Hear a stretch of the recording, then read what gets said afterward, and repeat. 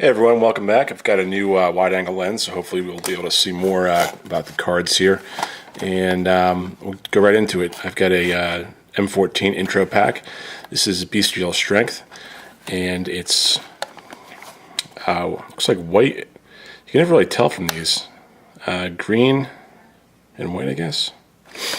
And it's time to bring the hammer down. While a host of jungle predators keep your foes at bay, you will release massive hulks who want nothing more than to smash your enemy's forces into dust. It's a beatdown waiting to happen.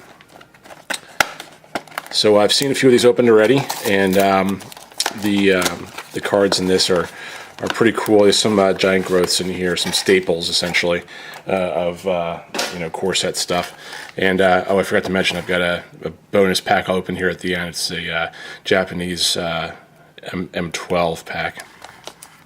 So these intro packs come with 2 booster packs, a how to play guide, and a guide that's specific to intro packs that basically has everything that's in all the intro packs, as well as alternate cards you might want to put in there as well. So they're very useful when constructing a deck or trying to add on or make this deck a little bit better.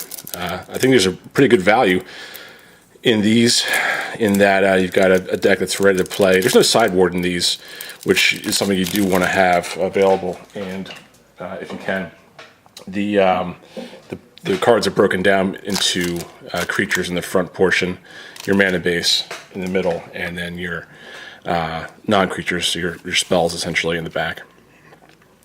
So right in here we've got Garruk's Horde. It's a 7-drop 7/7 with trample. Play with the top card of your library revealed.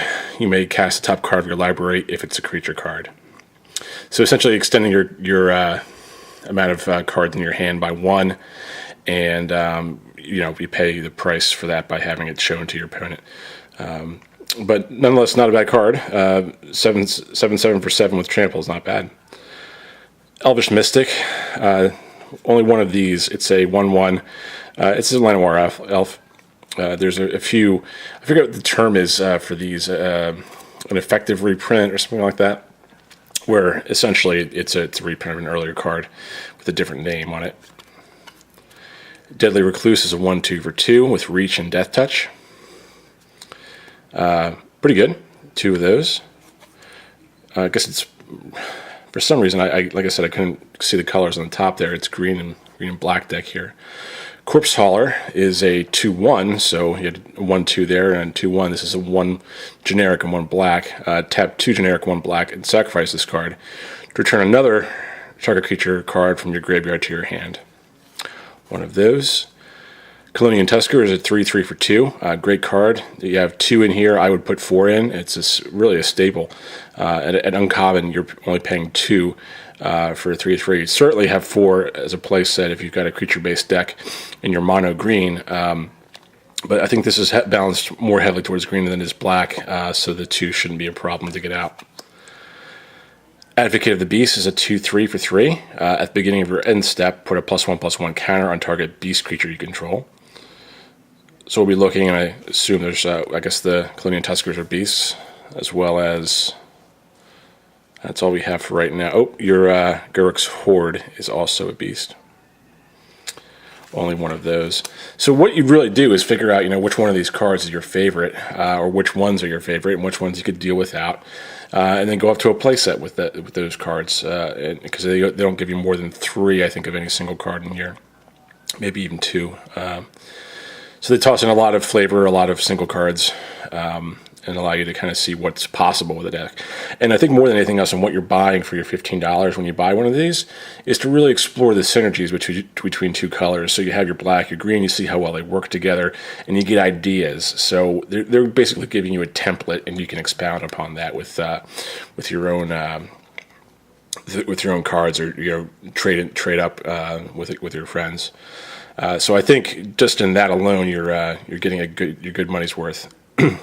It's 2/2 for 3, where you sacrifice it and gain 4 life. So life gain is a theme here, it seems like it might be. Root Wall is a 2/2 for 3. Tap 1 and 1 green, and it gets we have 2 here. It gets +2/+2 until end of turn, so it's pumpable. Activate this ability only once each turn, so not very pumpable. You can only do it once. So this is a card I think that I'd probably leave out But +2/+2 is not a bad thing to have, especially if you can have it out turn 3 and have it at 4/4 in turn 4.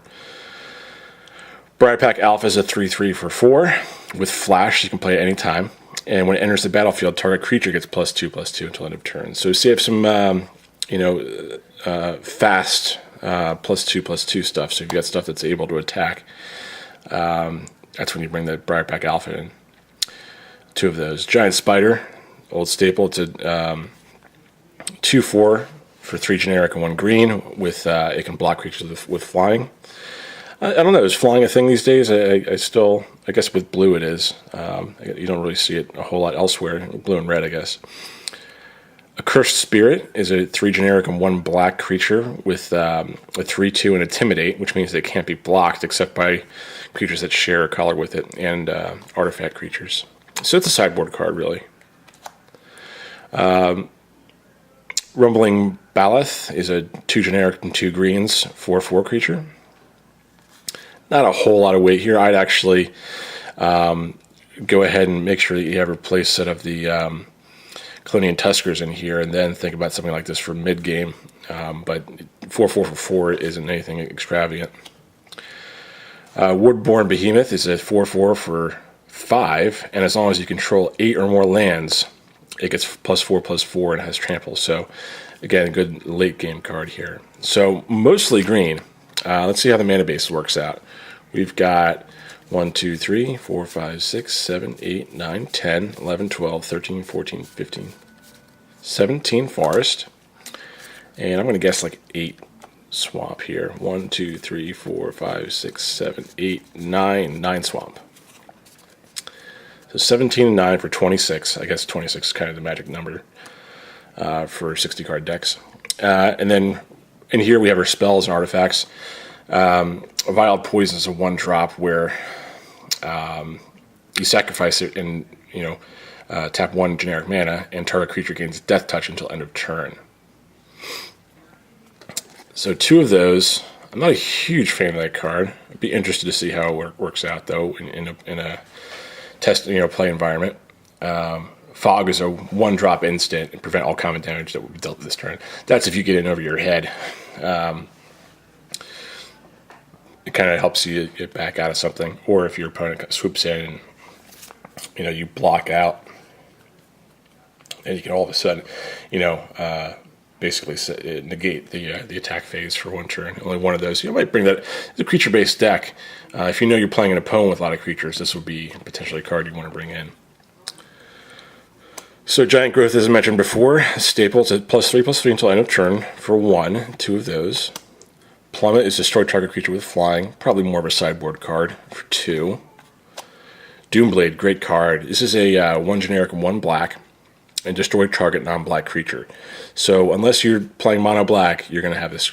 You should have a play set of these in here. So we only have 2. We will put 2 more in.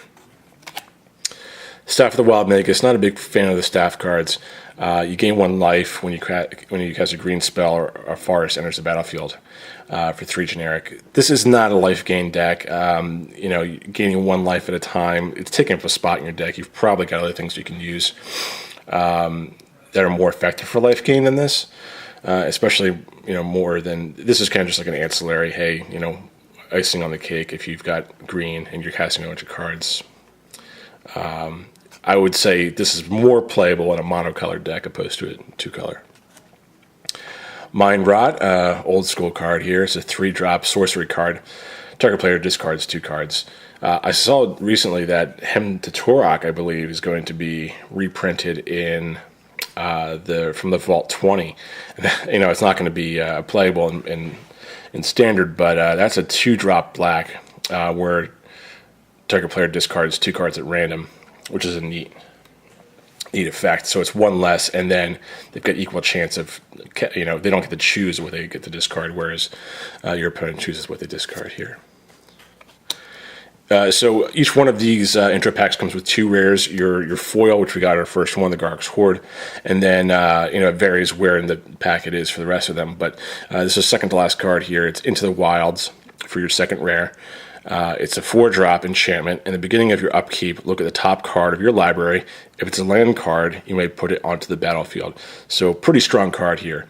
It's probably priced at a bulk rare, but I could definitely see having this a playset of these in your hand, especially if you've got some larger creatures that you want to get out. So that's your rare, and then in large is a uncommon. It's a 5-drop of sorcery where target creature gets +7/+7 and gains trample until end of turn. It must be blocked this turn if able. So you want to do that when your opponent doesn't have creatures out, or you've wiped the board or something. So that's a deck. Overall, pretty good. I like it. Let's see what we can add to it with our booster packs here. I kind of just laid all these out here, so we'll just move them out of the way. And we like to imagine that this is all you're going to be playing with is the cards in the booster packs and the deck that you just purchased. But we all know that really you've got probably a sideboard of cards that you can look at or choose and pick and choose what you want to have in your deck. So this isn't really all you're going to deal with, but we'll just kind of look at them in this aspect. The black deck that I opened earlier has had a great 2-packs for that deck, and if it was the case where you would only have those 2-packs, that one worked out pretty well, and that's probably what you look back from one of the previous videos for that. So I'll just go through the uncommons and rare here after we just take a look at the commons. Root Wallig. Actually, why don't we just look at the green cards too in black. Ranger's Guile is a 1-drop instant where target creature you control gets +1/+1 and gains hexproof until end of turn. Hexproof I like. I've heard kind of rumblings that hexproof has kind of become less relevant these days, as is indestructible. But I don't know how convinced I am of that yet. I haven't really seen anything specific that really takes care of it that people have in their decks consistently. Liturgy of Blood is this is essentially you get 3 of your mana back, so you're paying 3 generic, 2 black, and then you add 3 to your mana pool after you destroy a target creature. Altar's Recap is a 2-drop instant where, as an additional cost to play a card, you've got to sacrifice a creature, but you get to draw 2 cards. I don't know if I'd have that in here. Sacrificing a creature. Not a big fan. This is a red staff, so not playable here. Blightcaster is a 4-drop, and it's a 2/3 creature. Whenever you cast an enchantment spell, you may have a target creature get -2/-2 until end of turn. I didn't count how many enchantments were in there. I know there are a few, so potentially, but I think there's other cards that are more playable than that.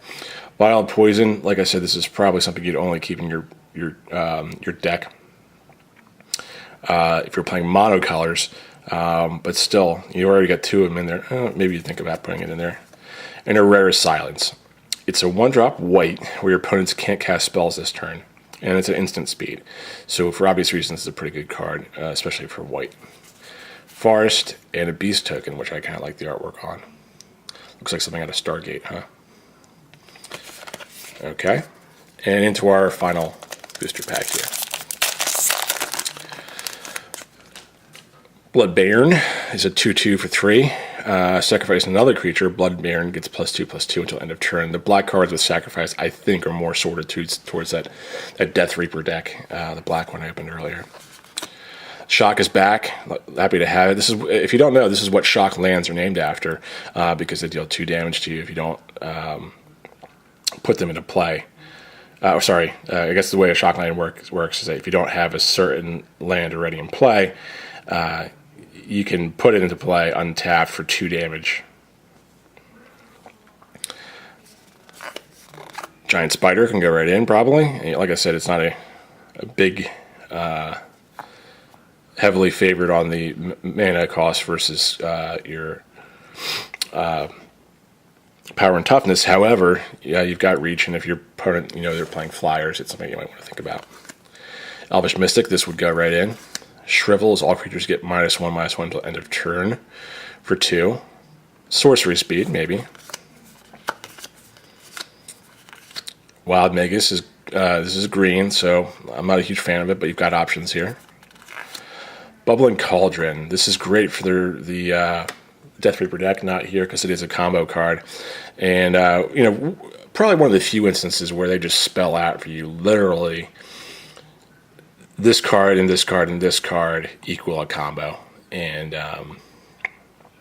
this is with Festering Newt and the witch, I forget her name.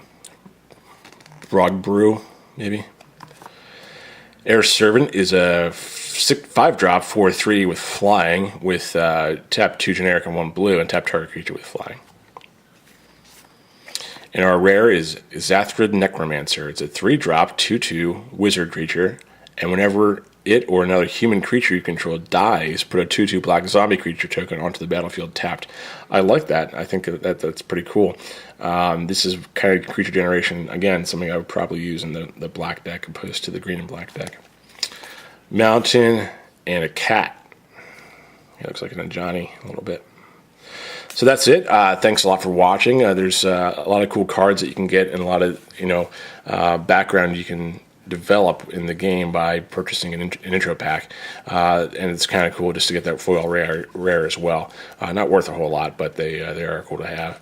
So thanks again for watching. Please hit the like button if you don't mind, and I'll be happy to talk about anything Magic the Gathering related in the comment section below. Take care and have a great day. Hey guys, completely forgot to open the bonus pack here.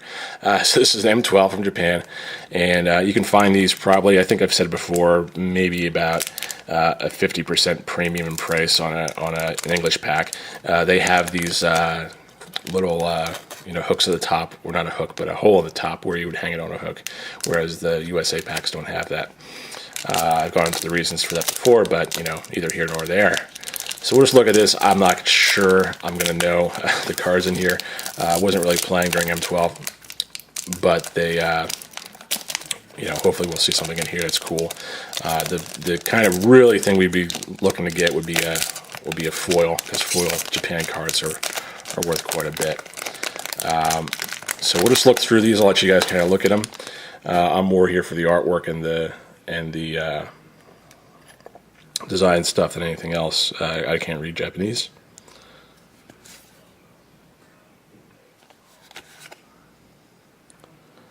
It's like a Goblin Fling or something like that. I forget the name of it.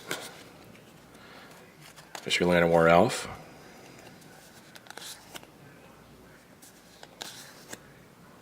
I'd be interested to know how the Japanese cards flavor text translates, if it's literal.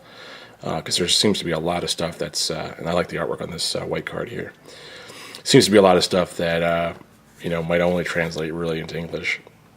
That's interesting artwork there. I would love for all the Japanese cards to have their own Japanese themed artwork. And, not so much like Kamigawa block, but if you've seen the Jace vs. Chandra Japanese dual decks, that's really cool how the Jace and Chandra have a anime style artwork on there. I like actually that blue one here, the artwork there. Alright, here we got 2 uncommons, not quite sure what they are. And I guess it's a fireball or something similar. And our rare, green 2/2 creature for 3.